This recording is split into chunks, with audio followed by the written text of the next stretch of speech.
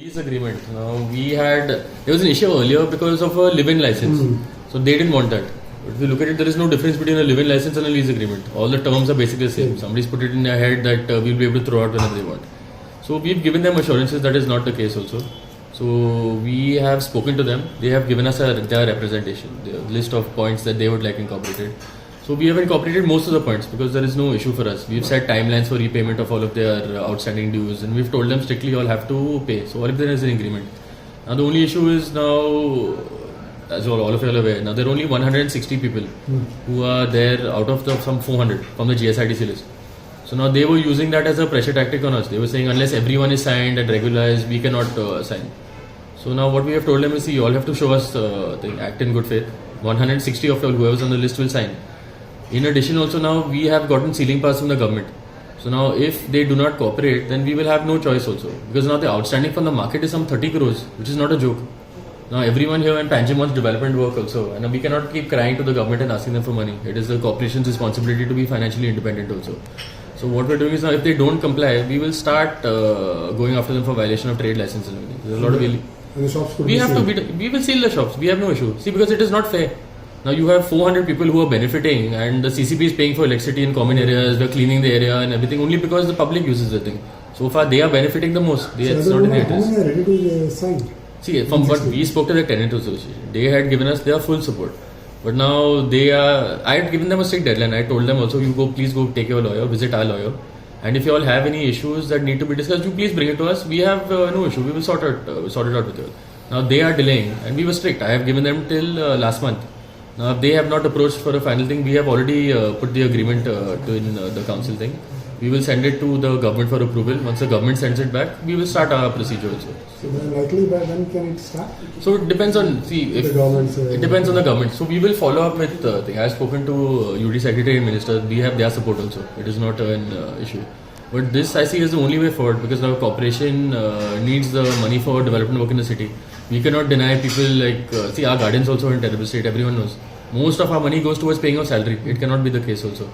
So now if once we start recovering that money, if we get 5, 10, 15 crores, there's a lot of things we can do in the city also.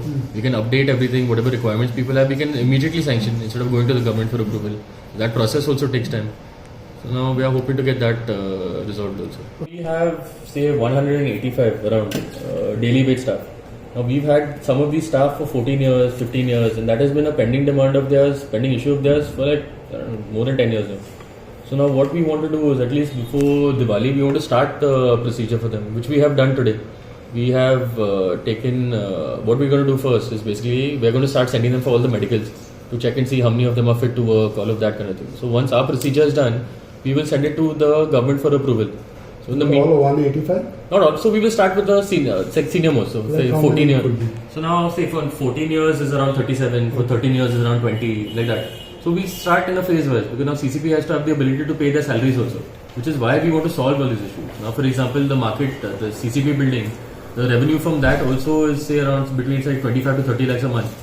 Okay, that is halfway towards paying. So if you regularize this 27, what will be the burden, extra burden? See, the burden will come up to around 60 lakhs. 60 lakhs per month. Per month. Which is why I'm saying, so we also have an obligation to all of our staff. Now they have been working as daily wage for quite a long time. So it is not fair to them also. So now we have put pressure on our administration also. We have told them you have to, without fail, have a recovery of around 50 lakhs a week. So around 2 crores a month we can easily cover all of these things. So the major option is that if you tackle Panjim market issue, everything will because then we will have a lot of money because their dues itself will be some 7-8 crores. In addition to that also they will help us with maintenance. We don't have to keep putting, see people now who are paying taxes should not bear the burden of the market also, I feel. So now what we're going to do, that burden will reduce once everyone starts contributing also. So that is what, so this National Theatre, all of those issues and everything we want to get done. And CCP should be financially independent also, at least for the next couple of years. We had a meeting with GSUDA engineers and the contractor and everything. So now they will do the markings today.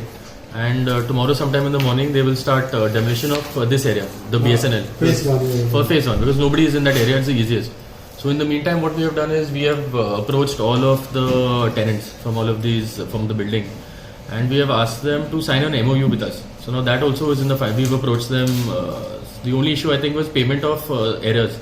So once that issue is sorted out, And once we get an MOU signed, then there should be no issue. Then we can start taking up the entire thing. What about the shop owners? They also. So they are also on board. There is no issue. We've had 2-3 meetings with them. So everything is. Everything is on track. So we are starting with this now because basically it is already in our hands. We don't need permission from anybody. So once the grey structure is up and we need to relocate any of the tenants, we will shift them to that building and start with the entire. But any offices, government offices, you all have identified so that you all can shift your staff for other time being. No, as of now, we're still in talks with the CM to identify certain places. So we haven't identified one yet. But that's why we have started with that building also, because it will not interfere with the functioning of this. So once we identify a place and once this is required to be demolished, then we will move out. Another issue is that PWD can start the work tomorrow if they get the NOC also. That will not be an issue. So it's only the NOC that must be holding. Inspection sometime back, we had spoken to the PWD engineers. So now because it's one of the oldest bridges in Asia, they have to take specific care what they can do with the bridge. So now they have to approach the archaeology department, and once they get an NOC from that, only then can they start the work. So I will check with them and follow up and see what has happened. Sagun Gaude for Herald TV.